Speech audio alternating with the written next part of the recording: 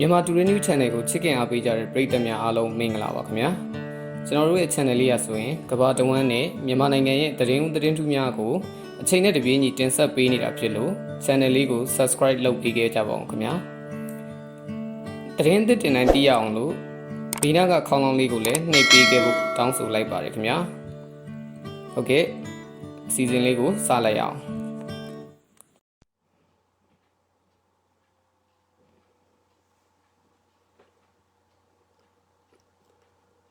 မြန်မာပြည်မှာ Federal ရေး Democracy ရေးလူ့ခွင့်ရေးနဲ့တရားမျှတမှုအတွက်တိုက်ပွဲဝင်နေကြကုန်သောပြည်သူပြည်သားအပေါင်းခင်ဗျာကျွန်တော်မျိုးထိုက်တန်သိမ်းပါကျွန်တော်တို့ဒီနေ့အခုကရင်ပြည်နယ်လေးကကောဒေသကိုစစ်ခွေးတွေကလေအနေနဲ့ဘုံကျဲတာစက်တနတ်တွေနဲ့ပြစ်တာအမြောက်ကြီးတွေနဲ့ပြစ်တာဒါတွေလုပ်နေပါတယ်ဆိုတော့ကျွန်တော်တို့ရဲ့တိုင်းရင်းသားညီကိုမောင်နှမတွေတော်တော်ကြီးကိုဒုက္ခဆင်းရဲခံရပါတယ်စစ်ဘေးရှောင်တွေလည်းအများကြီးဖြစ်လာပါတယ်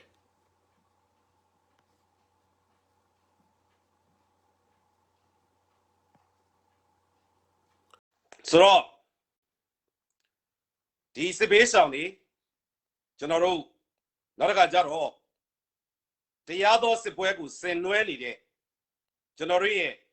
ညီနောင်ကရင်တိုင်းရင်းသားတွေအတွက်ကျွန်တော်တို့ဗတ်ပေါင်းစုံကနေကူညီကြဆိုတော့လောလောဆယ်ဟိုဘက်မှာစစ်ဘေးရှောင်တွေအတွက်လိုအပ်နေတဲ့ကျွန်တော်တို့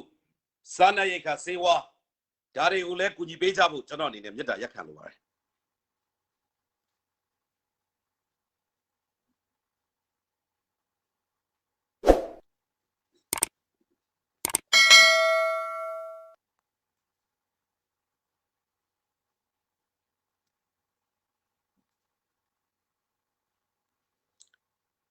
ဆိုတော့ကျွန်တော်တို့အခုလက်ရှိကျွန်တော်အဓိကတင်ပြချင်တာကအခုကရင်ပြည်နယ်၄ကီကောဒေသเนาะဒါဆိုလို့ရှိရင်ဒါကျွန်တော်တို့ကရင်တိုင်းသားခေါင်းဆောင်တွေကရင်တွေကကျွန်တော်တို့ရဲ့တကယ်ຫນွေဦးတော်လှန်ရေးကြီးအတွက်ကူညီတဲ့အနေနဲ့လှုပ်ဆောင်တဲ့အခါမှာစစ်ခွေးတွေကဒါလက်တုံပြန့်တဲ့သဘောเนาะဗိုလ်ကြတာပေါ့ဗျာเนาะအဲ့လိုမျိုးလုပ်တာဆိုတော့ကျွန်တော်တို့စဉ်းစားကြည့်အောင်เนาะအခု၄ကီကောမှာဖြစ်နေเนาะကရင်တိုင်းသားတွေကိုစစ်ခွေးတွေကเนาะဘုံကျဲအမြဲတမ်းအမြောက်ကြီးတွေနဲ့ပြစ်လူသက်เนาะဒါမျိုးတွေလုပ်လာနှစ်ပေါင်းများစွာကြာပြီဆိုတော့ယခုအချိန်မှာတော့เนาะစဉ်းစားကြည့်ဗျာရန်ကုန်မြို့ပေါ်ကိုဘုံကျဲရင်ရန်ကုန်ပြည်သူတွေဘာလုပ်လဲစဉ်းစားကြည့်ပါเนาะမန္တလေးမြို့ကိုအမြောက်နဲ့ထုရင်ဘာလုပ်လဲစဉ်းစားကြည့်ပါเนาะဆိုတော့ဟုတ်ကဲ့ဗျပသိမ်ကြီးမှာလည်းစစ်ခွေးရက်ခွေးတရားကျော်မြေလံဖြတ်စည်းနေတယ်တဲ့เนาะနေရာနဲ့မှာလုံနေเนาะအထူးသဖြင့်တော့ဗျာကျွန်တော်တို့ဒီအရက်သားတွေပေါ့เนาะအရက်သားတွေပေါ်မှာလေမြန်နဲ့ဘုံကျဲတယ်ဆိုတဲ့ကိစ္စကဒါတော်တော်ဆိုးတယ်เนาะတော်တော်ရွတ်ဆိုးတယ်ဒါကမလောက်အောင်เนาะမလောက်အောင်ဒါကဘာကိုပြတယ်လဲဆိုတော့မင်းအောင်လိုင်းတို့ကသူတို့အာဏာတည်မြဲရေးအတွက်သူတို့လှုပ်ချင်တာလုပ်မယ်เนาะအကုန်လုံးတတ်ဖို့အစင်သက်မယ်ဟုတ်ကဲ့ဒီမှာလေပြည့်လက်လက်တွေဝယ်နိုင်ပါစေလို့ဆုတောင်းပါတယ်တဲ့ဆိုတော့ဟုတ်တယ်သူတို့ကလေချောင်းကနေပြီးတော့เนาะလာပြီးတော့အဓိကဘုံကျဲတယ်အဝေးပြည့်မြောက်တွေနဲ့ပြစ်တယ်ပေါ့ဗျာเนาะဆိုတော့ကျွန်တော်တို့ကအဓိကဒီကောင်လေးလာတဲ့လေမြန်တွေပေါ့เนาะဒီကောင်လေးဒေါ်လာတန်းချီပေးပြီးဝယ်ထားတယ်အဲ့ဒီလေမြန်တွေကိုကျွန်တော်တို့ပြစ်ချဖို့ဆိုတော့ဗျာလေပြစ်เนาะပခုံးထမ်းလက်နက်တွေရှိတယ်ပတ်စံရှိရင်ဝယ်လို့ရပါတယ်ဆိုတော့အဲ့ဒီပတ်စံနဲ့ပတ်သက်ရင်เนาะဒါပြည်တွင်းပြည်ပကကျွန်တော်တို့အများကြီးကျွန်တော်ကူနေတယ်လက်ရှိလည်းကူနေတယ်ဒါပေမဲ့ဒီထက်ပိုပြီးကျွန်တော်တို့ဝိုင်းပြီးတော့ယုံကြကူကြမှရမယ်ဆိုတော့ပြီးတော့အဲ့လိုကူတဲ့နေရာမှာကျွန်တော်တို့ တကယ်လုံနိုင်တဲ့အဖွဲ့အစည်းတွေလက်ထက်ကိုရောက်သွားဖို့လည်းလိုတယ်နော်ဆိုတော့ KNDO တို့နော် KNU တို့ KIA တို့ဒီလိုအဖွဲ့အစည်းတွေကတကယ်လုံနိုင်တယ်ဆိုတော့ကျွန်တော်ခွာပေးချင်ပါတယ်တိုက်တွန်းလို့ဆိုချင်ပါတယ်နော်ဒီအဖွဲ့အစည်းကြီးတွေမှာခုနကလေရင်ပြစ်ပေါ့နော်ပခုံးထမ်းလက်နက်တွေရမယ်ဆိုရင်ဒါကလေးမြန်နေအများကြီးပြစ်ချလို့ရပါတယ်ဆိုတော့အဲ့ဒီအဖွဲ့တွေကိုကျွန်တော်တို့တိုးပြီးတော့ကုညီပေးနိုင်ကြဖို့ကျွန်တော်အနေနဲ့တင်ပြချင်ပါတယ်နော်ဘာလို့လဲဆိုတော့ KIA တို့ KNU တို့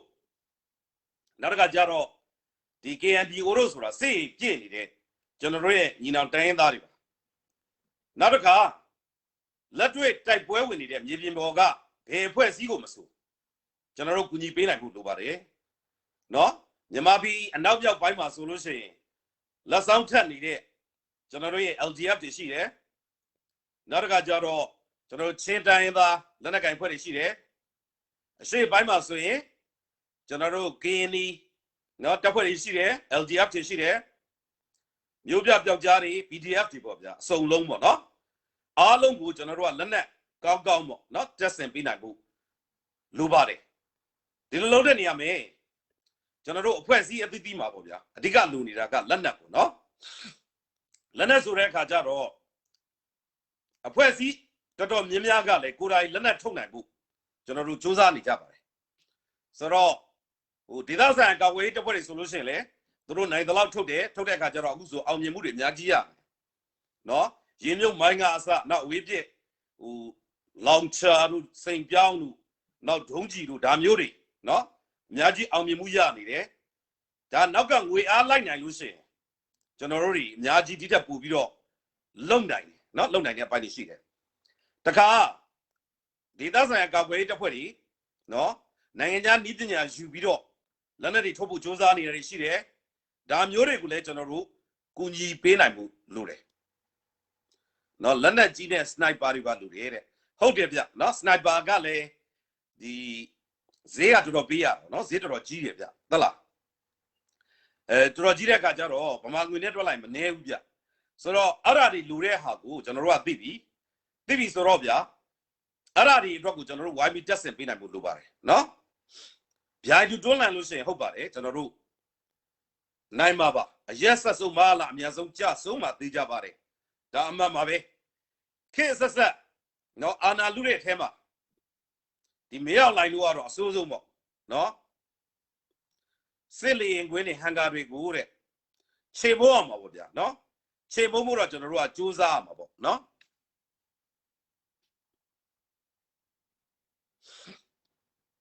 မာလာကစီယာဘေးနဲ့မဆွေးနွေးဘူးပြောတယ်တဲ့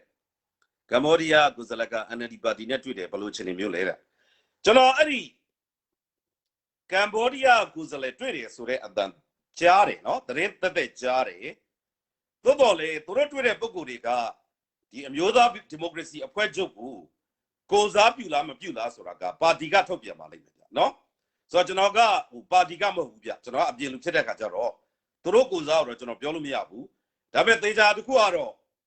ပါတီကိုဒီလောက်တောင်ခြေမုံနေတယ်ဗျာနော်တိုက်ခိုက်နေတယ်ဖျက်ဆီးနေတယ်ဆိုတော့ပါတီကပုဂ္ဂိုလ်အများစုကတော့တင်းဆောင်နေရတယ်တိုက်ပွဲဝင်နေကြတယ်ပေါ့ကျွန်တော်အကြမ်းပြင်းဒီလိုတော့ကျွန်တော်တင်ပြလို့ရတယ်နော်ဆိုတော့ပါတီကိုစားပြုမပြုဆိုတာကCRPH နဲ့ NLD ကတရားဝင်ထုတ်ပြန်တဲ့နောက်တစ်ခုကမင်းအောင်လိုင်ကတော့သူပြောမှာပဲဗျာနော် CRPH နဲ့မဆွေးနွေးဘူးလို့ NUG နဲ့မဆွေးနွေးဘူးလို့ PDF တွေမပါဘူးလို့ပြောမှာပဲသို့တော့ကျွန်တော်ပြောမယ်ဗျနော်အေးစပြီးဖွဲ့ကစားနော် Arakan Army ပေါ့ရခိုင်တပ်မတော်စဖွဲ့ကစားစစ်ခွေးတွေညင်းတာပဲနော်အေးနဲ့မဆွေးနွေးဘူးလို့အပြုတ်တိုက်မယ်လို့ဗနလာအတွင်းအပြုတ်တိုက်မယ်လို့နောက်တစ်ခါကျတော့မြောက်ပိုင်းမဟာမိတ်အဖွဲ့မှာနော်ဆွေးနွေးပွဲတွေမှာအေးပါလို့ရှိရင်တော့မလုပ်ဘူးပါညာပြောခဲ့တာပဲဒါပေမဲ့အခုနောက်ဆုံးနော်မြောက်ပိုင်းမဟာမိတ်တွေဆွေးနွေးပွဲသွားတဲ့အခါကျတော့စစ်ခွေးတွေကအေးကိုလိုက်ပြီးတော့ဘောမဘာကြောင့်အေးကိုဘောမလဲဆိုတော့ရှင်းရှင်းလေးပဲအေးရဲ့တိုက်ခိုက်ယူသူတို့သိသွားပြီအဲ့တော့မြန်မာစစ်တပ်ကစစ်ခွေးတွေကတနက်ကင်ထားရင်သူတို့ကိုတနက်နဲ့ပြန်ပြစ်နိုင်ရင်သူတို့နော် တို့ကြောက်တဲ့ခါကျတော့အဲ့ကကြာရင်တော့တို့ကလိုက်ပြီးဘောမအခုပဲကျွန်တော်တို့နော်ဒေသဆိုင်ရာကာကွယ်ရေးတပ်ဖွဲ့တွေနော် PDF တွေမြို့ပြပျောက်ကြားတွေလက်နက်ကင်ပြီးတော့ပြန်လုပ်တဲ့ခါကျတော့တို့ကြောက်တယ်မကြခင်မှာလိုက်ပြီးတော့နော်ဘောမတော့ဟုတ်တယ်ဗျနော်ဒီကောင်တွေကလောလောဆယ်နော်ခေအဆက်ဆက်ပေါ့ဗျာနော်ဟိုအစိုးရအဆက်လက်ဆက်ရမှာလက်နက်တွေဝယ်ထားတယ်လေနော်လက်နက်တွေဝယ်ထားတော့အထူးသဖြင့်လေမြန်တွေပေါ့ဗျာနော်အမြောက်ကြီးတွေဓာတွေရှိတဲ့အခါကျတော့သူတို့ကဓာတွေနဲ့ပြည်သူကိုတတ်တယ်ဆိုတော့အဲ့လေမြန်တွေနော်သူတို့တွေကောင်းကင်ပေါ်ပြန်တက်လို့မရအောင်ကျွန်တော်တို့ကလုပ်အောင်ဆိုတော့ဟိုနီးမျိုးရှိတယ်ဗျာနော်ဆိုတော့စဉ်းစားကြည့်အောင်ဒီလေမြန်တွေကိုကောင်းကင်ပေါ်ပြန်တက်လို့မရအောင်ဆိုတော့လေမြန်တွေကိုကျွန်တော်တို့ကဖြက်စီးပြနိုင်လည်းဖြစ်တယ်ဒါမှမဟုတ်လို့ရှိရင်နော်ကမ္ဘောဒီးယားမလာကိုအာဆီယံစည်းဝေးတက်ခိုင်းရင်အာဆီယံစည်းဝေးအဲ့ဒါကျွန်တော်နောက်ပြီးပြန်ပြောမယ်နော်ဖြက်စီးပြနိုင်လည်းရတယ်ဒါမှမဟုတ်လို့ရှိရင်နော်လေရင်ပြေးလန်းနေဖြတ်နိုင်လည်းဖြစ်တယ်ဒါမှမဟုတ်လို့ရှိရင်လည်းလေချောင်းထိမ့်သိမ်းမျောစင်နေဖြက်စီးပြနိုင်လည်းဖြစ်တယ်ဒါမှမဟုတ်ရင်လေရင်စီတွေမရရင်လည်းဖြစ်တယ်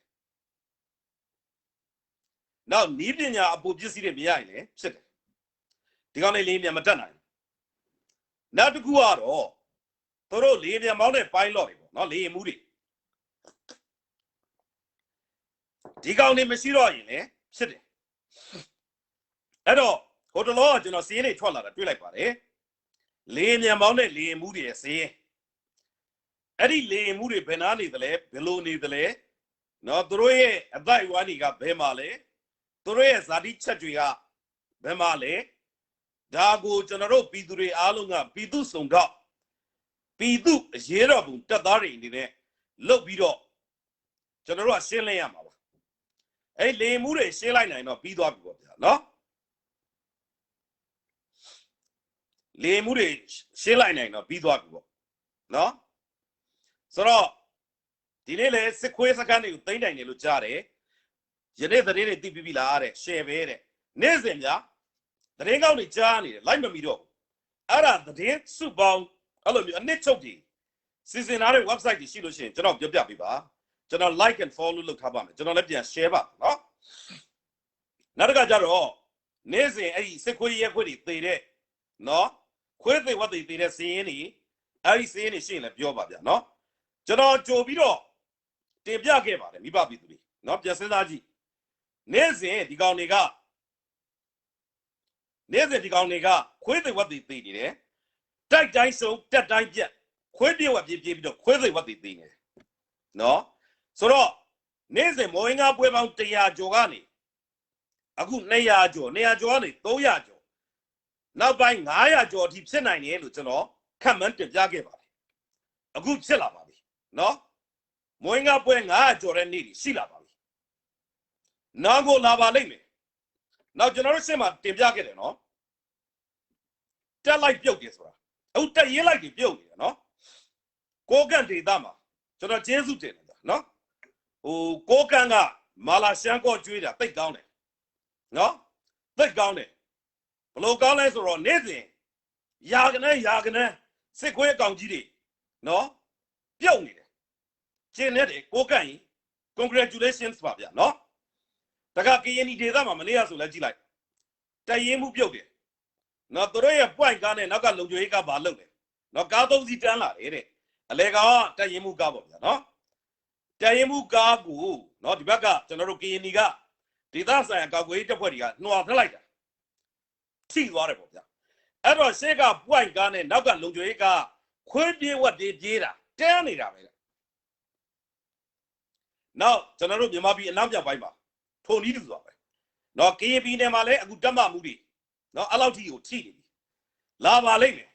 နော်သူတို့ရဲ့ဗာလဲကဆဒမှုတို့ဘာတို့နော်ပြည်သူကစိတ်ဝင်စားဘူးကျွန်တော်စိတ်ဝင်စားဘူး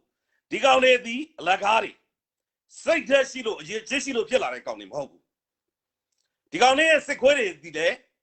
လုံးဝကိုစိတ်သက်ရှိလို့တက်သေးဝင်တဲ့ကောင်တွေမဟုတ်ဘူးကျွန်တော်တို့ကဆက်လာကြတဲ့ကစိတ်သက်ပိုင်းဆိုင်ရာရဘူးနိုင်နေတာဗျ ကျွန်တော်မိဘပြည်သူတွေကိုတင်ပြချင်ပါတယ်နော်စစ်ခွေးရဲခွေးတွေကနော်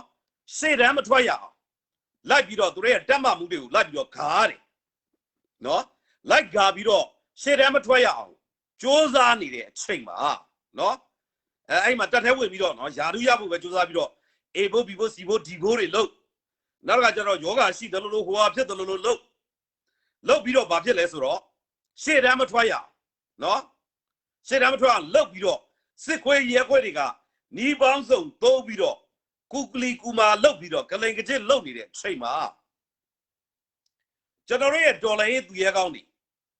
နော်အခုဆိုမြန်မာပြည်အစ်စ်တောင်ပိုင်းမှာ PDF တွေက like ရှင်လုံးလို့တိုက်ရှင်လုံးလို့နော်ကျွန်တော်တို့ထွက်ပြရစီတိုက်ပြရစီဆိုပြီးတော့အစာငတ်ခံဆန္ဒတော်ပြတခါ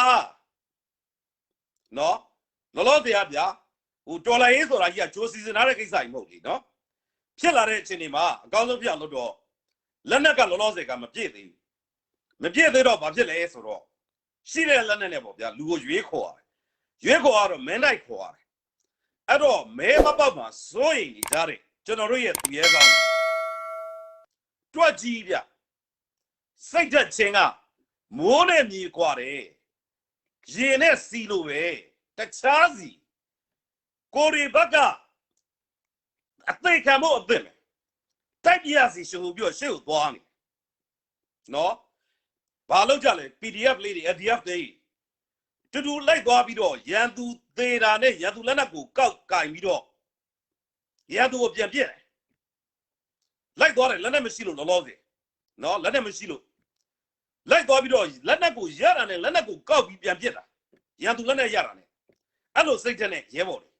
အဲ့တော့ဒီလိုစိတ်ဓာတ်နဲ့ပြည်သူတွေသူရဲကောင်းတွေရှိမှကျွန်တော်တို့ကနိုင်ကိုနိုင်မယ်ဆိုတာတစ်ထစ်ချပြောလို့ရဘူးရတယ်ကျွန်တော်တို့နိုင်ပါ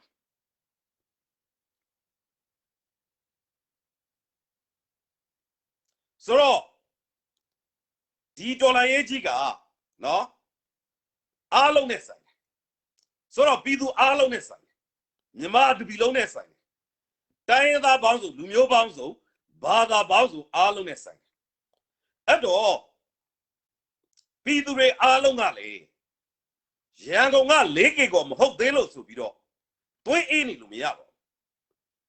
နော်မန္တလေးကလိုင်ဇာမဟုတ်သေးလို့ဆိုပြီးတော့သွေးအေးနေလို့မရပါဘူးကျွန်တော်တို့ပြည်သူအယောက်ချင်းစီတိုင်းကနော်လိုင်ဇာထိလည်းနာရမယ်4 ကီကိုထိလည်းနာရမယ်နာယုံနေနဲ့မပြီးဘူးလက်ခုပ်လေးတီးပေးနေုံနဲ့မပြီးဘူးစိတ်မကောင်းပါဘူးလို့ပြောပြီးဆုတောင်းယုံနဲ့မပြီးဘူးလက်တွေ့ပါဝင်နိုင်ရမယ်လက်တွေ့ဆိုတဲ့နေရာပဲငွေအားနဲ့နိုင်ငွေအားနီးပညာအားနဲ့နိုင်ရင်နီးပညာလူအားနဲ့နိုင်လူအားနော်လက်နဲ့အားစိတ်ဓာတ်အားလုံးပါဝင်နိုင်မှုလိုပါတယ်ဒါသိရေးကြီးပါကျွန်တော်တို့အားလုံးကမြန်မာတပီလုံးလဲနေလေအောင်မြေဆောင်မကြံကိုယ့်ဘက်ကိုတာဝန်ယူပြီးတော့ပါမတာလေဒီအရေးတော်ပုံကြီးကကျွန်တော်တို့ကအမြင့်ပြတ်နိုင်မှာဖြစ်ပါတယ်ဟုတ်တယ်လောလောဆယ်အောင်ပွဲတွေရမှန်နေအပိသက်နိုင်မှုလိုတယ်နော်ဆိုတော့ကကျွန်တော်တို့အင်္ဂလိပ်လိုဆိုလို့ရှိရင်တော့စကားလုံးကနည်းနည်းရှင်းတယ်နော်တိုက်ပွဲတွေကို battle လို့ခေါ်တယ်နော်စစ်ပွဲကိုကျတော့ war လို့ခေါ်တယ်နော်ဆိုတော့ကျွန်တော်တို့က battle တွေနိုင်နေတယ်နော်တိုက်ပွဲတွေနိုင်တယ်ဆိုတော့စစ်ဆိုတဲ့ဒီ war ကြီးကိုနိုင်ဖို့ကြတော့အားလုံးပါဖို့လိုတယ်ဆိုတော့ကျွန်တော်ရှင်းမှာတင်ပြခဲ့တယ်လို့ရန်ကုန်မြို့ကိုဘုံကျင်းကျွန်တော်တို့ပြည်သူတွေဘာလုပ်လဲမန္တလေးကိုအမြောက်နဲ့ပြည့်ကျွန်တော်တို့ပြည်သူတွေဘာလုပ်လဲဒါအားလုံးနဲ့ဆိုင်ပါတယ်နော်အားလုံးနဲ့ဆိုင်ပါတယ်နော်စဉ်းစားပါအဲ့တော့ဟိုမှာသွားပြီးတော့ဘုံကျဲတဲ့လေပြန်နေလေကွင်းနေဘယ်နေရာမှာရှိနေတာလဲအဲ့တော့ general data ma sinira no di media data ma sinira miare solo janabia danguma sire mobi ma sire mingala ma sire magwe ma sire nebido ma sire no mekila ma sire no Pomoba ma le sire ne tu solo dare go general blu chemong le chemong ne yare ni bao su ne chemong nai mu lu ba atu the pyin no kuna ka lin gwin ni lin pyan ni long za si ni dare go general chemong nai mu lu ba solo chemong ne ni ya me no pi tu ni la pi do အကြံပြုတာအများကြီးပဲကျေးဇူးတင်ပါတယ်ကျွန်တော်ဒီနေရာမှာပြည်သူတယောက်အကြံပြုတာပေါ့နော်အဲ့ဒါလေးကျွန်တော်ဝေမျှကြတယ်ဆိုတော့ကျွန်တော်တို့ပြောပြမယ်ဗျာလင်းမြန်ဆိုတာကအရှိန်နဲ့တက်အရှိန်တအားများတယ်ဆိုတော့အရှိန်နဲ့တက်ရတဲ့အခါမှာလင်းပြေးလန်းဆိုတာကနော်လင်းပြေးလန်းဆိုတာကသူကချောပွင့်ကြီးရတယ်ဗျာနော်ချောပွင့်ကြီးအဲ့လင်းပြေးလန်းကိုကျွန်တော်တို့ဖြတ်နိုင်ရင်ရတယ်ဗျဆိုတော့ကျွန်တော်တို့ဘယ်လိုဖြတ်မလဲအဲ့လင်းပြေးလန်းကိုနော်အဲ့ပေါ်မှာကျွန်တော်တို့ဂျိုင်းနေခြင်းတွေဖြစ်သွားရင်လေလင်းပြေးလန်းကိုဖြတ်လို့ရတယ်နောက်တစ်ခါကျတော့အဲ့ဒီလင်းပြေးလန်းပေါ်မှာနော်ခဲတို့သက်သားတို့ဒီလိုမျိုးဟာတွေတွားရှိနေရင်လေအဲ့လင်းမြန်ပြတ်ကြတက်လိုက်တယ်နဲ့ပြတ်ကြနောက်ဆုံးပြကျွန်တော်ပြောမယ်အဲ့ဒီလင်းပြေးလန်းပေါ်မှာနော်ကျွဲတို့နွားတို့စိတ်တို့ခွေးတို့ယုံတို့ကြွက်တို့နော်ခံနေတော့မှအဲ့လင်းမြန်တက်လို့မရဘူးနော်အဲ့ဒါတွေပြတ်ကြဆိုတော့ကျွန်တော်တို့ဒေါ်လာရင်းမှာနော်ဒေါ်လာရင်းမှာဒီနေ့တခါတည်းအချိန်ယူပြီးလောက်ရတာရှိတယ်ညံကူပြီးလောက်ရတဲ့အပိုင်းရှိတယ်ဆိုတော့ကျွန်တော်တို့ကစဉ်းစားရမှာပေါ့ဗျာနော်တို့လေရင်ခွင်းတွေဖြတ်မယ်ဆိုရင်ကျွန်တော်တို့ဘာလုပ်လို့ရမလဲအဲ့ဒီနီလာလေးတွေကကျွန်တော်တို့စဉ်းစားဖို့လိုတယ်စဉ်းစားပြီးတော့လုပ်လို့ရတဲ့ဟာကိုကျွန်တော်တို့လုပ်ပေးနိုင်ကောင်းတယ်နော်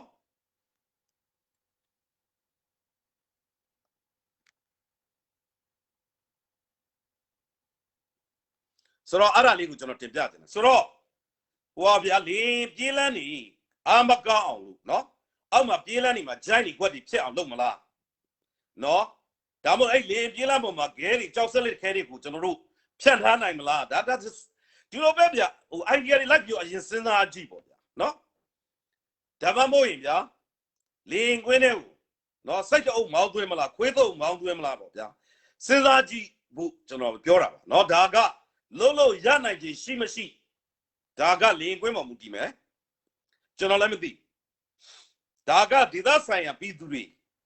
နော်အသိဆုံးပဲဒါမှမဟုတ်ဗျာအဲ့ဒီဒေသမှာလေရင်ခွင်းမှာဗျာကြွက်တွေသွားလှုပ်မလားယုံတွေသွားလှုပ်မလားသဘောပြောတာဒါတွေကဟာသမဟုတ်ဘူးနော်ကျွန်တော်တို့စစ်တိုက်တဲ့နေရာမှာနီးပေါင်းစုံနဲ့လှုပ်ခဲ့ရတာလေကပတ်စစ်ရာဇဝင်တွေမှာရှိပါတယ်ဆိုတော့နီးပေါင်းစုံဆိုတဲ့နေရာမှာနီးပေါင်းစုံကျွန်တော်တို့စဉ်းစားဖို့လိုတယ်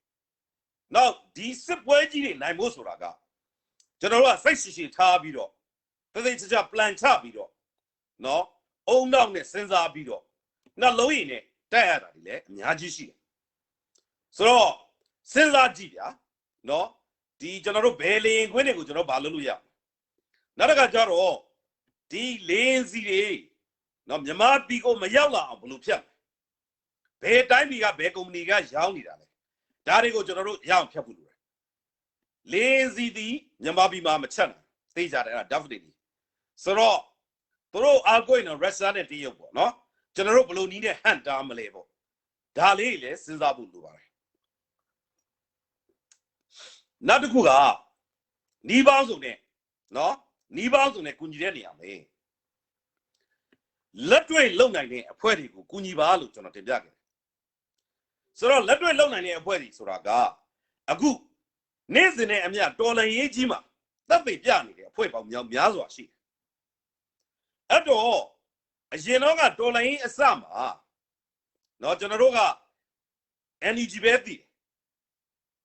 နော်အခုတော့မဟုတ်ဘူးနော်အခုတော့မဟုတ်ဘူးအခုကဘယ်လိုလဲဆိုတော့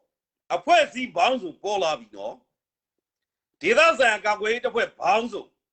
နော် PDF ဘောင်းစုမြို့ပြပျောက်ကြားဘောင်းစု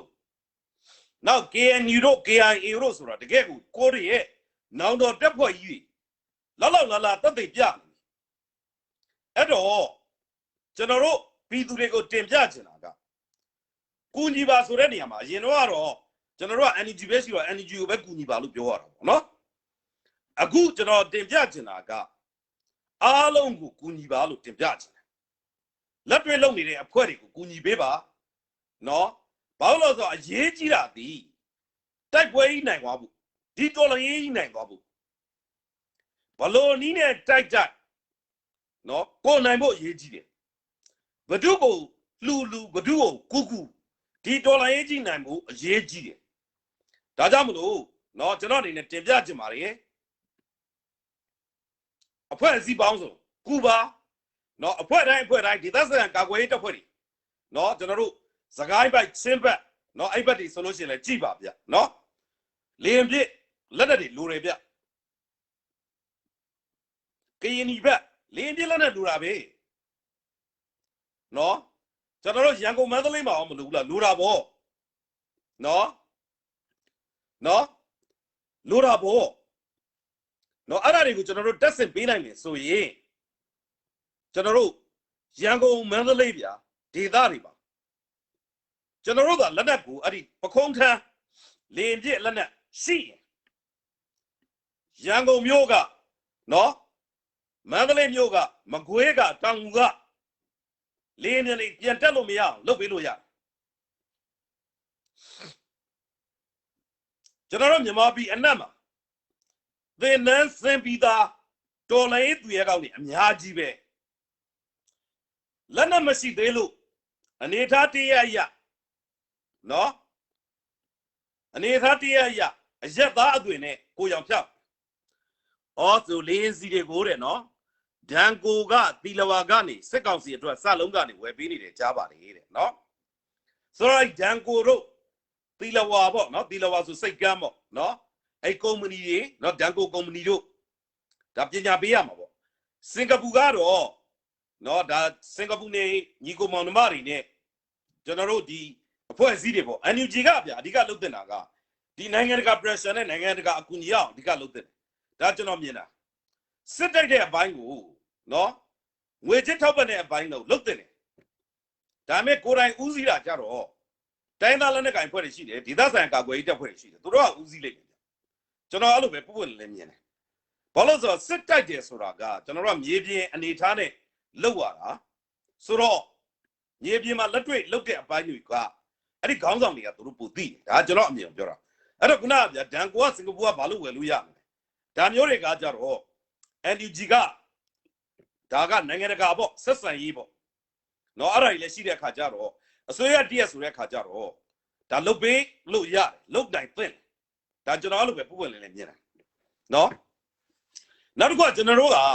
ဒီနိုင်ငံတကာဆက်ဆံရေးပဲဖြစ်ဖြစ်နိုင်ငံတကာ level ပဲဖြစ်ဖြစ်ကိုကခံစစ်နဲ့သွားနေလို့မရဘူးကိုက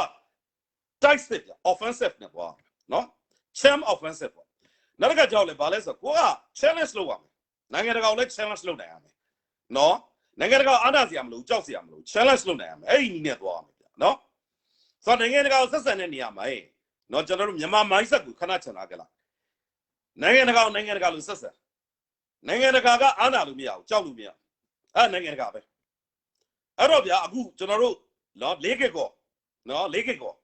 ဘုံကျဲတယ်ဘုံကျဲတော့နိုင်ငံတကာကနော်အခုတန်ယုံနေပေါ့တန်ယုံတွေကဒီနေ့ statement ကျွန်တော်တွေ့ပါနော်စိတ်ပူတယ်စိုးရင်တွေ့တယ်ဒါကအဲ့လောက်နေတော့မရဘူးဆိုတာကျွန်တော်လည်းသိတယ်ဆိုတော့ဒီနေရာမှာနှစ်ပိုင်းပြကျွန်တော်တင်ပြတယ်ဆိုတော့နိုင်ငံတကာဆိုတာကတကယ်ကိုအလွန်ကြီးမားတဲ့ bureaucracy ရန်နေရိုက်လို့သာမြင်ထားလိုက်ဆိုတော့သူတို့ကတခုလုပ်မယ်ဆိုရင်ကြားသလိုအစစ်စစ်ကျုံးဒီစနစ်များတယ်ဆိုတော့ပထမအဆင့်မှာနော်သူတို့ကအဲ့လိုမျိုးစာထုတ်တာလေးနဲ့လုပ်တယ်ပေါ့နော်စိုးရင်လည်းစိတ်ပူတယ်နော်ဘာလုပ်မယ်ညာလုပ်မယ်ပေါ့စကလုံးတွေဒါမဲ့အဲ့စကလုံးတွေမှာအားမရှိလားဆိုတော့ရှိတဲ့တော့ရှိတယ်အဲ့ဒါအမှန်ပဲလို့ဆိုစိုးရင်所以比如老板家路线都要万零的拉来，所以 assistant 多了，喏，而那比let对 ，assistant 你们老家说拉路呀拉来，那边呢都那个 pick the box 嘞，assistant 个 look at 你是那个，那单个今年也你啥比如，都那也为难老干嘛哦，喏，那个那个那边 mechanism 的窟窿嘛，大家都你大家，阿罗你大家你比偏多，那个那个阿路别多嘛，喏。ဒါဒါနိုင်ငံတကာရဲ့အနေထားကိုကျွန်တော်တင်ပြကျွန်တော်ဒီဥရောပကိုနှစ်ပေါင်း20ကျော်လောက်ရှိပြီပေါ့နော်ရောက်လာတဲ့အခါမှာကျွန်တော်တို့လေ့လာတွေ့ရှိရတာကျွန်တော်ဝေမျှဆိုတော့နိုင်ငံတကာအဲ့လိုပဲတော့အဲ့လိုစွန့်နေဆိုတော့စိတ်မပြတ်သွားနဲ့အဲ့ဒီမှာအားပါတယ်အဲ့တော့ကျွန်တော်တို့ပြည်သူတွေကနော်တချို့တွေပေါ့အားမလို့အားမရနဲ့ဟိုသွားဆဲတယ်နော်သွားပြီးတော့ဝေဖန်တယ်ပေါ့ဆိုတော့ကျွန်တော်အနေနဲ့ဗျာဟိုစကလုံးတိတ်ကြမ်းနေတော့ဆဲတာတော့ကျွန်တော်အားမပေးလို့ပါဒါပေမဲ့စကလုံးပြင်းပြင်းထန်ထန်နေနေတော့ပြောတာကိုတော့အားပေးတယ်နော်နောက်ဆုံးဗျာဘာကြောင့်လဲဆိုတော့ကျွန်တော်တို့ကများများပြောနိုင်ဘူးလို့အဲ့တော့အားနာပါတယ်သွားမပြောကြပါနဲ့ဆိုပြီးတော့ကျွန်တော်မတားဘူးအဲ့တားတဲ့ထဲမှာကျွန်တော်မပါဘူးဘယ်တန်ရုံးကပြောလို့နော်ကိုမြန်မာပြည်သူတွေကမင်းတို့စိုးရိမ်နေုံပဲငါတို့ပြည်သူတွေသေတော့မယ်ဆိုပြီးတော့ပွားပြီးတော့အားမလို့အားမရနဲ့သွားပြောတာဒီကောင်းသောအပေါင်းလက္ခဏာလုံးရဖြစ်တယ်မြန်မာလိုပြောအင်္ဂလိပ်လိုပြောရမြန်မာလိုပြောရင်တော့ Unicode နဲ့ရေးပါနော် auto translate တွေရှိတဲ့အတွက်သူတို့ကအနည်းဆက်ဆုံးနားလေနော်အင်္ဂလိပ်လိုရေးနိုင်တော့ကောင်းတယ်နော်အင်္ဂလိပ်လိုရေးနိုင်တော့ကောင်းတယ်အဲ့တော့သွားပြီးတော့ကိုကသွားပြောပါပြည်သူတွေသွားရေးပါဒါကိုလက်ခံကုလသမဂ္ဂဖြစ်ဖြစ်နော်နောက်တစ်ခါကျတော့တန်ရုံးတွေဖြစ်ဖြစ်လက်ခံတယ်အဲ့ဒီမှာအားပါတယ်နော်အားပါတယ်စီကိစ္စကမြတ်တာမွန်လဲပါတယ်တဲ့ဟုတ်ပြီဗျအဲ့ဒီကုမ္ပဏီတွေနဲ့အဲ့စီရင်တွေပေါ့နော်နိုင်ငံတကာရဲ့ဒါကျွန်တော်တို့ sanction list ထဲမှာပါသလားနောက်တစ်ခါကျွန်တော်တို့ပြည်သူတွေကဘလို့အရေးယူလို့ရမလဲဆိုတော့ကျွန်တော်တို့လုပ်မယ်ဆိုတော့ဒန်ကိုနဲ့ဟိုမြတ်တာမွန်လားဗျဒီကောင်တွေအဲ့ဒီ site CE ကုမ္ပဏီနာမည်ကအဲ့ဒါတွေကိုကျွန်တော်တို့ရုပ်ပြပြောက်ကြားတွေကပညာပေးမယ်နော်ပညာပေးမယ်ဒီကောင်တွေရန်သူကိုအားပေးတဲ့အတွက်ဒီကောင်ဒီရန်သူနော်ရန်သူနဲ့ပူပေါင်းဆောင်ရွက်ရင်ရန်သူဆိုတဲ့အခါကျတော့ရန်သူကိုကျွန်တော်တို့ကရန်သူလိုပဲလုပ်ရမှာပါဆိုတော့ကနော်ခုနကကျွန်တော်တို့ဒီနိုင်ငံတကာ level ပေါ့နော်အဲ့ဒါတွေကိုကျွန်တော်တို့ပြောတာတွေကိုကျွန်တော်တို့လက်ခံပါတယ်လက်ခံတဲ့အတွက်ဒါပြောဖို့လိုတယ်နော်အာနာစရာမလိုဘူးကြောက်စရာမလိုဘူးဒါပေမဲ့အကျိုးကြောင့်နဲ့ပြောနိုင်တော့ကောင်းတယ်အဲ့ဒီမှာအားပါအဲ့ဒါတပိုင်းဆိုတော့အဲ့ဒါတွေကဘာဖြစ်လာမလဲဆိုတော့ပြည်သူတွေကဒီမှာဒီလောက်လိုပြောနေပြီဆိုပြီးတော့သူတို့နိုင်ငံအစိုးရတွေနော်အစိုးရတွေသူတို့ကပြန်ပြီးတော့တင်ပြနော်ဟိုကျွန်တော်တို့မြန်မာစကားမှာရှိတယ်မလားဘာလဲငိုတတ်တဲ့ကလေးကဘာလုပ်ရလဲမုတ်စားရတယ်ဆိုတာနော်ဆိုတော့နိုင်ငံတကာ level မှာဆိုရင်ငိုပြအမှန်ပဲမငိုပြရင်မရဘူးနောက်တစ်ချက်နိုင်ငံတကာနဲ့ကျွန်တော်တို့အရေးကြီးတဲ့စကားတွေပြောမယ်နော်ပြည်သူတွေအားလုံး lobby လုပ်တဲ့လူပဲဖြစ်ဖြစ်နော်ပြည်သူပဲဖြစ်ဖြစ် campaigner ပဲဖြစ်ဒါမှမဟုတ်အရက်သားပြည်သူပဲဖြစ်ဖြစ်ကျွန်တော်တို့အရှိတိုင်းကမြန်မာတွေပေါ့ကျွန်တော်စကားပြောရင်ရီပြုံးပြီးပြောလို့ရှိတယ်နော်ကြေကွဲနေရင်တော့မှရီပြလို့ရှိတယ်ပြုံးတတ်တယ်ဒါကျွန်တော်တို့ရဲ့ culture ဒါဒီပေါ်မှာကျွန်တော်ဂုဏ်ယူတယ်တိုးတော့အနောက်တိုင်းနဲ့ပြောရင်ဖြစ်ဖြစ်အနောက်တိုင်းမီဒီယာနဲ့စကားပြောရင်ဖြစ်ဖြစ်တန်မတ်တွေနဲ့ပြောရင်ဖြစ်ဖြစ်လုံးဝမရှိပါနဲ့မပြောပြပါနဲ့ဒေါသထွက်လို့ရတယ်ငိုလို့ရတယ်ဒါလေးကိုလည်းကျွန်တော်တင်ပြကြတယ်နော်ဟောပြူမာလဲပါတယ်တဲ့နော်โอเคဗျဟုတ်ပြီဒန်ကိုပူမာနော်ဗမာလိုပဲကျွန်တော်ပြောပူမာမြတ်မြတ်တာပေါ့နော်ဟုတ်ပြီဗျဒီကောင်တွေဟုတ်ပြီဒီကောင်တွေနော်စီရအောင်ဒီကောင်တွေကလှုပ်ပေးနေတယ်ဆိုတော့ဒီကောင်တွေကကျွန်တော်တို့အပြစ်ပေးရမှာပေါ့ဒါကျွန်တော်တို့ရဲ့စီရေး target တွေပဲလीနော်ဘာကြောင့်လဲဆိုတော့ရန်သူလေးအမြန်လေးမောင်းလို့ရအောင်စီတွေထောက်ပံ့နေတယ်ဆိုတာဒါရန်သူနဲ့သားတွေပဲအဲ့တော့ဒန်ကိုတို့မြတ်မြတ်တာမွန်တို့ဟုတ်လားကျွန်တော်ပြောတာမှန်လားဗျမြတ်မြတ်တာမွန်ဖလားကုမ္ပဏီနာမည်ကနောက်ကကျွန်တော်ပူမာလားပြူမာလားနော် PU အမီဆိုပူမာပါနော်အဲ့ဒီကုမ္ပဏီတို့သူတို့ရဲ့ရုံးချုပ်တွေဘယ်မှာရှိလဲဗျနော်သူတို့ရဲ့ကုမ္ပဏီရုံးချုပ်တွေနော်သူတို့ရဲ့ကုမ္ပဏီတွေနော်သူတို့စီးရင်တွေဒါတွေကိုကျွန်တော်တို့ကနော် ဆုံးမမယ်နော်အပြစ်ပေးရမယ်ဒါသည်ဒဏ်ကိုမြတ်မြတ်တမောပြီးမှအဲ့ဒီအရာတွေအကုန်လုံးဒီကျွန်တော်တို့ရန်သူတက်ကတ်တွေဖြစ်ပါတယ်เนาะဒါလေးကိုကျွန်တော်တင်ပြတယ်ဆိုတော့ကျွန်တော်စစ်ပွဲကိုတိုက်တဲ့နေရာမယ်ကျွန်တော်တို့ကဟိုတခါလေကြားလို့ရှိရင်ဗျာကိုယ့်ရဲ့အနီးနားမှာရှိတဲ့ပေါ့ပေါ့ပပလေးတွေပဲလို့ထင်စရာရှိတယ်ဒါပေမဲ့ဟိုတော်တော်လေးကို challenge ဖြစ်စေရန်သူကိုเนาะနီလန်ဘောင်းဆိုတခါကျမဖြစ်နိုင်ဘူးဆိုတဲ့ဟာတွေကိုเนาะမဖြစ်နိုင်ဘူးဆိုတဲ့ဟာမျိုးကိုဖြစ်အောင်လုပ်လို့ရတယ်เนาะဆိုတော့တနိုင်ငံလုံးပါလာဟုတ်ပြီဗျနော်တနိုင်ငံလုံးပါလာအောင်လုပ်နိုင်တဲ့ခေါင်းဆောင်နော်ကျွန်တော်တင်ပြချင်ပါတယ်နော်အဲ့ဒါကတော်လိုင်းကြီးကပဲသူ့ဘာသူမွေးဖွားပြီးလိမ့်တော်လိုင်းကြီးကသူ့ဘာသူမွေးဖွားလာလိမ့်မယ်နော်ကျွန်တော်အဲ့လိုပဲတင်ပြချင်ဆိုတော့လောလောဆယ်မှာကြည့်ဗျနော်ကြည့်အဲ့ဒါကကျွန်တော်တို့ကဟို society နဲ့လည်းဆိုင်တယ်နော်ကျွန်တော်တို့ individual ပေါ့တူးချင်းနဲ့ဆိုင်တယ်လို့ကျွန်တော်ဒီ society တစ်ခုလုံးနဲ့လည်းဆိုင်တယ်တူးချင်းမှာကျွန်တော်တို့ကိုယ့်ရဲ့စိတ်ဓာတ်လေးတွေကောင်းမှုလို့ပါတဲ့လူတွေပေါ့နော်ဆိုလို့ကျွန်တော်ကမကောင်းလို့ပြောတာမဟုတ်ဘူးကျွန်တော်တချို့မြတ်မြတ်တာမောနဲ့ဟုတ်ကဲ့ဗျကျေးဇူးပါမြတ်မြတ်တာမောဟုတ်ပြီမြတ်မြတ်တာမောရဲ့ဒန်ကိုရဲ့ဘူးမနော်သုံးခုဟုတ်ပြီနော်ရန်သူစစ်ခွေးတွေရဲ့လေးမြန်းနေနော်စီရအောင်လုပ်ပေးနေတဲ့ကုမ္ပဏီတွေနော်ပြည်သူတွေကျွန်တော်ဒီကနေပြီးတော့အတီလင်းကျင်ညာပါတယ်မြတ်မြတ်တာမောဒန်ကိုဘူးမနော်အဲ့ဆိုင်ဒီမှာစီမထည့်ပါနဲ့ဗျနော်သပိတ်မှတ်ပါနောက်အဲ့ဒီသူတို့ရဲ့ကုမ္ပဏီတွေနော်အထူးသဖြင့်ပိုင်ရှင်တွေပေါ့သူတို့ဒီကျွန်တော်တို့ရဲ့ပြစ်မှတ်တွေပါရန်သူတွေပါကျွန်တော်တို့ချိန်မုံဖို့လိုပါတယ်သေးကြပါတယ်မြတ်မြတ်တာမုံဖြစ်ဖြစ်ဒန်ကိုဖြစ်ဖြစ်ဘူးမဖြစ်ဖြစ်စစ်ခွေးတွေဘောင်းပြီးချွတ်တွေပဲနေပါလိမ့်မယ်ဦးဝင်းမြင့်မိန်းမစင်ကာပူကိုရောက်နေပြီစီပွဲဆောင်ဘယ်ဦးဝင်းမြင့်လဲဗျ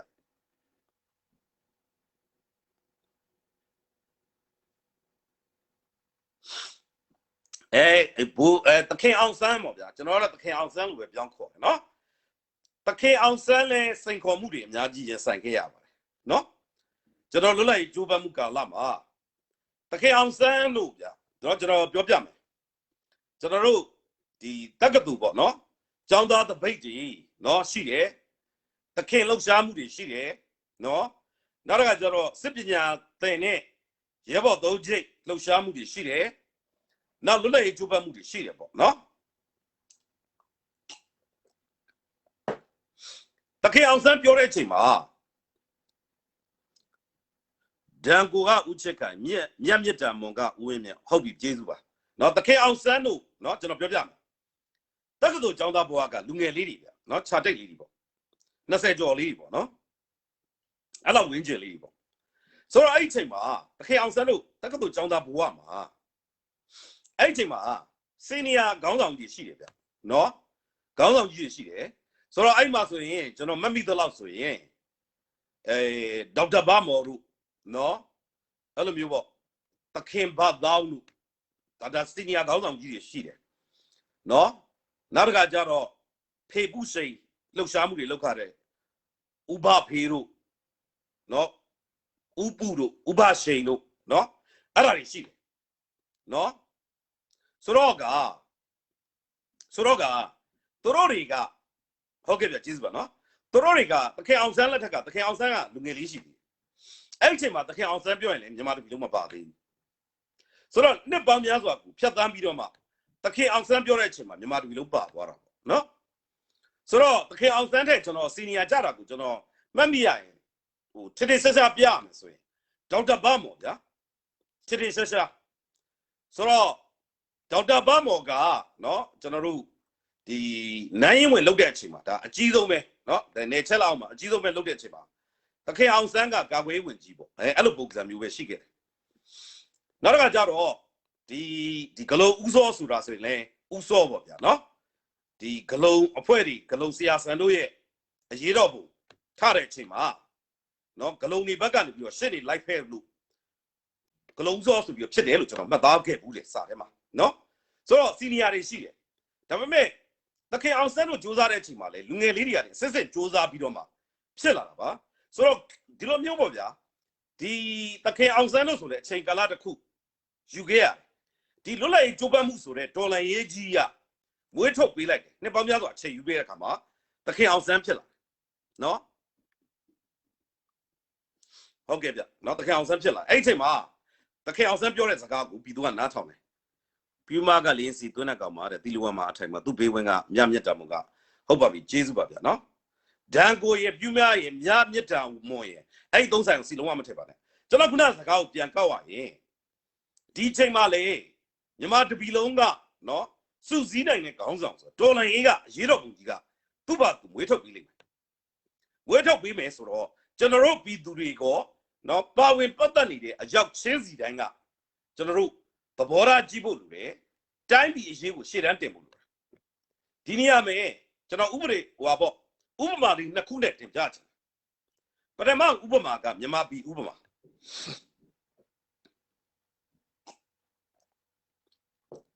ဆိုတော့မြန်မာပြည်ဥပမာဆိုရင်ကျွန်တော်တို့ဒီလွတ်လပ်ရေးကြိုးပမ်းမှုနော်တကယ်လွတ်လပ်ရေးရကန်ဒီအပိုင်းတွေပေါ့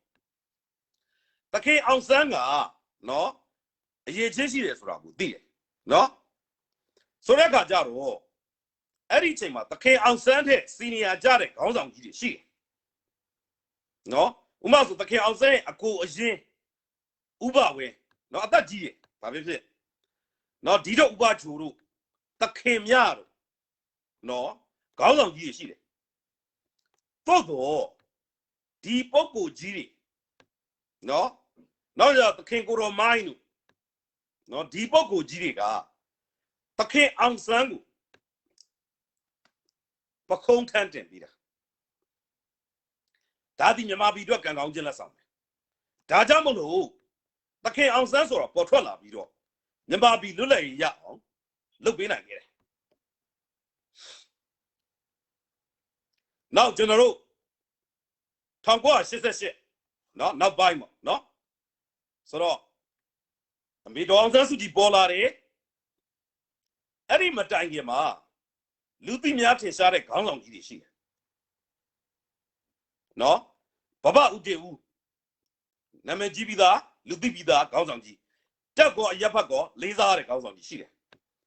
ဘဘဦးဝင်းတင်ရှိတယ်ဒီဘဘဦးဝင်းတင်တို့ဘဘဦးတေဦးတို့ကပခုံးထမ်းတင်ပေးတယ်လို့ပဲကျွန်တော်တင်စားခြင်းမြန်မာပြည်နိုင်ငံရေးမှာအသက်အရွယ်ရကောဝါရကောကြီးတယ်တော့ဒေါ်အောင်ဆန်းစုကြည်မှာအရေးချင်းရှိတယ်ဆိုတာကိုမြင်တဲ့ဒီခေါင်းဆောင်ကြီးတွေကပခုံးထမ်းပြီးတော့တင်ပေးခဲ့တယ်ဆိုတော့အခုຫນွေဦးတော်လိုင်းရေးမှာလေနော်ကျွန်တော်သခင်အောင်ဆန်းတို့ခေအမေတော်အောင်ဆန်းစုကြည်တို့ခေနော်ဒါတွေကိုနော်ဒါတွေကိုတိတိကျကျလေးပြောပြပြပါမက်ခင်စိုးຫນွေရေးအဲ့ဒါဘာကိုသိကျင်တာကျွန်တော်ပြန်ပြောပြပါနော်ဆိုတော့အခုလက်ရှိပေါ့ဗျာနော်ဒီຫນွေဦးတော်လိုင်းရေးကာလမှာမြန်မာတပြည်လုံးကိုစုစည်းနိုင်တဲ့ခေါင်းဆောင်ဆိုတာတော်လိုင်းရေးကြီးကနေတိုက်ပွဲကနေပေါ်လာမှာပါပဲနော်သူ့ဘာသူဖြစ်သွားပါလိမ့်မယ်ဆိုတော့သူရဲကောင်းဖြစ်ဖြစ်ခေါင်းဆောင်ဖြစ်ဖြစ်နော်ကျွန်တော်တို့ကအမွေပေးလို့မရဘူးနော် training ပေးလို့မရဘူးသူ့ဘာသူတော်လိုင်းရေးကမွေးဖွားလာနောက်တစ်ခုကျွန်တော်ရှင်းမတင်ပြခဲ့သလိုကျွန်တော်တို့ဒီနော်ကိုဂျိုးတဲ့နော်ကိုဂျိုးဆိုတာမိမိနေရာရရေးနော်မိမိနာမည်ကြီးမိမိ credit ရရေးနော်အဲ့ဒါထက်တိုင်းပြည်လူမျိုးနော်ဒီပြည်သူတွေကောင်းစားရေးစစ်အာဏာရှင်လောက်ကလွတ်မြောက်ရေးဆိုတဲ့ဥတီချက်ကိုပဲတကယ်ကိုဦးစားပေးပြီးတော့နော်တကယ်လုံနိုင်မဲ့လူတွေနော်တကယ်လုံနိုင်မဲ့လူတွေသူ့ဘာသူပေါ်လာလို့ရှိရင်သူတို့ကိုတကယ်ကိုနေရာပြန်ပေးပြီးတော့လုပ်ပေးနိုင်လို့ပေးကြတာတခုကတော့နော်တော်လန်ရေးကြီးမှာအဲ့လိုလူတွေမွေးဖွားလာတယ်အဲ့ဒါအမှန်ပဲနော်ကြည့်လိုက်ကျွန်တော်တို့လွတ်လပ်ရေးကြိုးပမ်းမှုကာလမှာကြည့်လိုက်88နောက်ပိုင်းမှာကြည့်လိုက်အခုဖြစ်လာလိမ့်မယ်ဆိုတော့ကျွန်တော်ကခုနကလို့ပေါ့တော်လန်ရေးကြီးဆိုတာပြည်သူရဲ့ပါဝင်မှုအားလုံးပါဝင်မှုနဲ့ဒီဘက်ကဥဆောင်နိုင်မဲ့ကလည်းတကယ်ကိုကောင်းကောင်းဥဆောင်နိုင်ဖို့လိုတယ်နော်တကယ်ကို Lurego Usamu Pena Gulu. Dagata Yeji. No, go long in a local go Tibo Ludulu. Go Balabo do the Lesra, let Tibo. Pidure and it Hagule, Tibo. Dago, Lassi. Tolaima, Bawinide, Patanide, Poguri, Alonga. Dago General Lakamido. People of Yaulare and the Tarima. No? A go long Tolaima Bawine. Gowns on it. Dago Miao Jibulure. Segu, Sabido. Yaule Bido, Total Lunangulu. Now to go to Sema Timbage. No? So, Teobi Johnson of Yome. Teoka could be named Wara. No? Around Yoma. Solo Janaga, Teobima, Mosito, and a Yara. No, Lowagu, near when I would what? Soren or Tamamiazo. No? Tego, Jinjemu Dona is or I look you. Bazarigo led to Chasida. No, Mosito Lolo. Teobima, Buddha, Quebec here. No? Jinya Daddy, Quebec here. But Chanda is way. A gold thing. Jinya Daddy go long, lay out from Kine. Kadomianane, lay out from Kine. No? Troma, no, Dro. Red to a city. No, Lungan Nibob. No? Mosidoyan Lakai don't put it. Eddie, Mosido Mima about now comedy sura, the city. Toroga to Rosura. Eddie, to ye, what at the cool, patuate habido. Comune water. Eddie bomber, patuate habido. Eddie, wadagu, a that baby chitty. Mosi don't jump. Eddie, wadagu, sekuye, yutoswa. Yongide, Mosi don't ye. Mosi don't ye. Lemon young, now got Luda the marriage up. Teobima, Ludama Miazwa, a fuck handle. Ludama Miazwa, and not be next to one. Tajamlo Teobiani video, Mosi don't let hammer. No, Tangwa when I say, Pierre Lutton, Wingy Lava. Yama Bidego, Coven Lare, Teo, Diane Lari, Yajishi. Mosi Doye, that Chapine Muku, no? Arabu, Tobilareha. And Yajishi. The John knew about his way. I could be my bidema, but they go Chejabi, Yajibe, no she. Jonasolo Janaga, Mosi don't belong so gay. Peter, no? Peter Papitale. Tu Binama. Gown she. A Mosi does communicate Gown Giga, Loagu, Anasi, a deeply a total disro. Tu Binama win it, true in line about Dukega. Mabioye, Amakan, jump. Adi Exema, John of Georgian, Ediga Buanga, Lavi. Not Lavi. Tain champagne so that Lungi. A yabu the Billy. No? Pion, Tain champagne so that Lungi. Dilunga Lega. Don't let it Draco she, and she. No? A Draco she. So that Tain champagne up, Matuquadia, Yogi Mudine. You be a young lady, Lulares. Yes, Sami, Mosi Donga. Mosi Dongo, Ape Token, Poguria. Tain Champagne, Tapo, a make beating. Eddie, Tain Champagne, all of you, Lopi, and make pyramas or think Gunaga, Mosi Dona Mashide. No, people go Chidole, Mosi Dongo, Amakan Yere. Chu and Line Dolu, no, not a so count on the city. They'll count on you, Palo Lesoro. Tain Champagne go the kind of chima. A mere pot beat or wholeness on a go like a pot happy like no, Mosi don't let him up, Lausule. A young sura no, Pizure go tada sura. No, Naga Jaro, Yemu don't like Yeso Bido. Boda Jang and Nigoshita, she hung the Objesidio, Miso Piasidia, look there, Lemio Nimi that day. No, person Chandler Abjess of Bido. That day, this will be that day. But I got on you that day. No? How the Mamalu General takes something to Yibare. Not General takes something nobody. Don't general only beauty papa. Mamalu so not to take something mentioned like your bibam. No? So, Dima ailing majority Dines or Dima to a day so you twice. Okay, take something more. No, General thing here take something to General Pala. So, 8 days on we go put happy like. Mosi don't the a kame.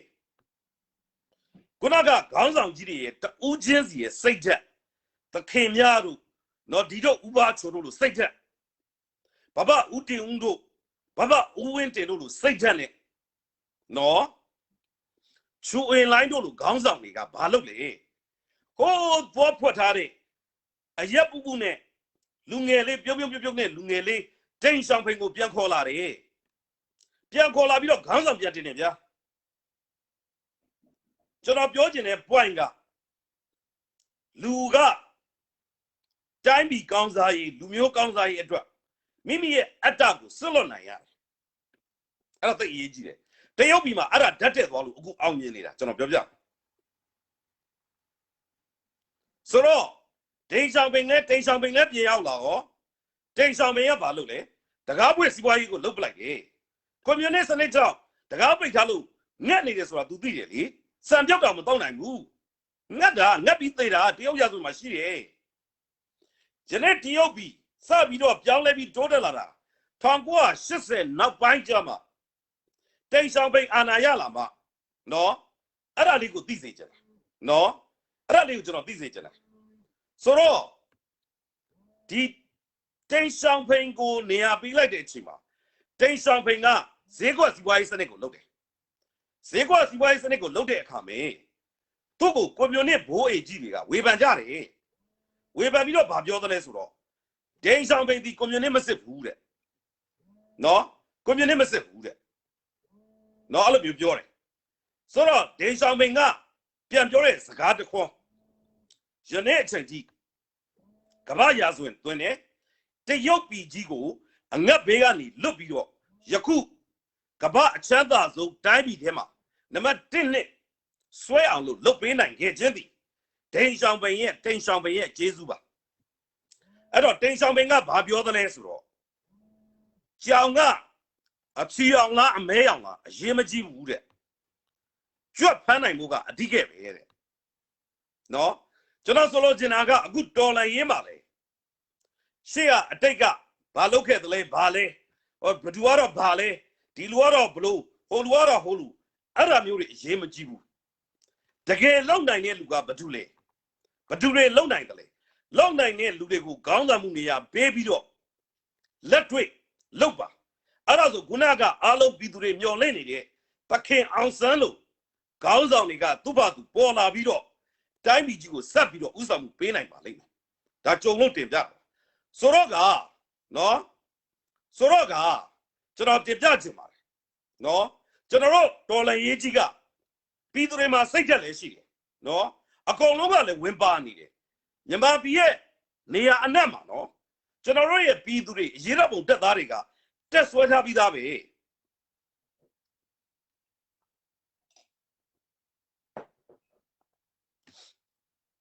General Yirabo Dadari. Graphic designer Pim. No sale promotion Pim. Let me say on young. Johnson alone looked me. A doing Murione, Coxa inside me. Powder to rock up Yobiari Manina, woo. Yobiari Masurum, Yobia and the Tana Tede Kajaro. Not the Lemisi de Caro. Throw Gilveni. No, Yobia the tourist solution, Yobia Jarima, when Palomia and Itashio, when Mabau. Todo, a year of that sentence up. General, Nathan Ego General, Jawama, I need a nigga Bales or General, and you GPC, General, Dolay, Yellow Dadari, a party got pissy. General Gorai Lenatico, Line talk video. Pidure Alongale, no, Jambauti Gorai chat up video. I did PCPC Aricale, go of the Digu, Leo was what, just same pain I need, Changu, General Jam. Adimatagima, no? General a two commando in a Nibanzo, General Sesame, a Bionishila, a Manishila. I Nibanzo says Abido, Toroye, lay Jamo, no, laying Winnie, Lambiani, Dari Baba Liwa Taziamlo, below Che Momale, Tokimle, Aradi General Juloam. Naraga General Yatalani, not the Monseki, below Che Momales, General Sesame, Aradigo, a two commando in it, La Umuya, General Chimum Hajam. Nibanzo Natural Lona Bulure, ပြည်သူအားလုံးကပူးပေါင်းပါဝင်ဖို့လိုတယ်ဆိုတော့လုပ်တဲ့နေရာမှာ CCTV ဝိုင်းပြီးတော့ချိန်မုံပေးတာလည်းတူတူပဲရထားလမ်းချိန်မုံပေးတာလည်းတူတူပဲကားလမ်းတွေကိုချိန်မုံပေးတာလည်းတူတူပဲအားလုံးအတူတူပဲဆိုတော့အရေးကြီးဆုံးကကျွန်တော်တို့တွေဒီလေးကကောမှာဖြစ်တာရန်ကုန်နဲ့မဆိုင်ဘူးလို့လုပ်လို့မရစဉ်းစားကြည့်လိုက်နော်လေးကကောကိုချဲချတဲ့ဘုံတစ်လုံးရန်ကုန်တိုင်းရန်ကုန်မြို့ပေါ်ရန်ကုန်မြို့လေဗဟန်းမြို့နယ်မှာကျဲချရင်ဘာလုပ်လဲကြောက်တရားမှာကျဲချရင်ဘာလုပ်လဲလိုင်စာကိုပြစ်တဲ့အမြောက်တွေမန္တလေးမြို့ကိုပြစ်လာရင်ဘယ်လိုလုပ်လဲစဉ်းစားပါဆိုတော့ရန်သူစီအားလုံးကိုတကယ်လုံးမှာဖြစ်တယ်သူတို့လုံးမဲ့ပုံစံကိုလိုင်စာမှာပြတယ်လေးကကောမှာပြတယ်အဲ့တော့ကျွန်တော်တို့ပြည်သူတွေအရောက်ချင်းစီတိုင်းကရေတောက်ချင်မှရေတွင်းတူလို့မရဘူးကျွန်တော်တို့မြင်နေပြီမြင်ခဲ့ပြီးပြီရန်သူကိုကြိုပြီးတော့ချိန်မုံဖို့လိုတယ်โอเคရန်သူကျဲချတဲ့ဘုံကခုနကအဲ့ဒီလေးမြမောင်းနဲ့နော်စစ်ခွေးလေမှုတွေရဲ့မိသားစုဆွေမျိုးတွေကိုလည်းထိမှာပဲစဉ်းစားဗျနော်စဉ်းစားအဲ့တော့တို့ဘယ်မှာနေသလဲလေးမြမောင်းတဲ့လေမှုတွေဘယ်နာနေသလဲနော်တို့အတိုင်းဝိုင်းတွေကဘယ်မှာရှိသလဲပြည်သူတွေစုံစမ်းဖော်ထုတ်ပြီးတော့ပြည်သူတွေကိုယ်တိုင်အပြစ်ပေးပါတရားစီရင်ပေးပါပြည်သူလက်ကိုပဲအပ်ပါတယ်ပြည်သူတွေပါရင်ချက်ပါတယ်ကျွန်တော်ဒါလေးကိုတင်ပြချင်ပါတယ်နော်ပိတ်ရေးကြီးပါတယ်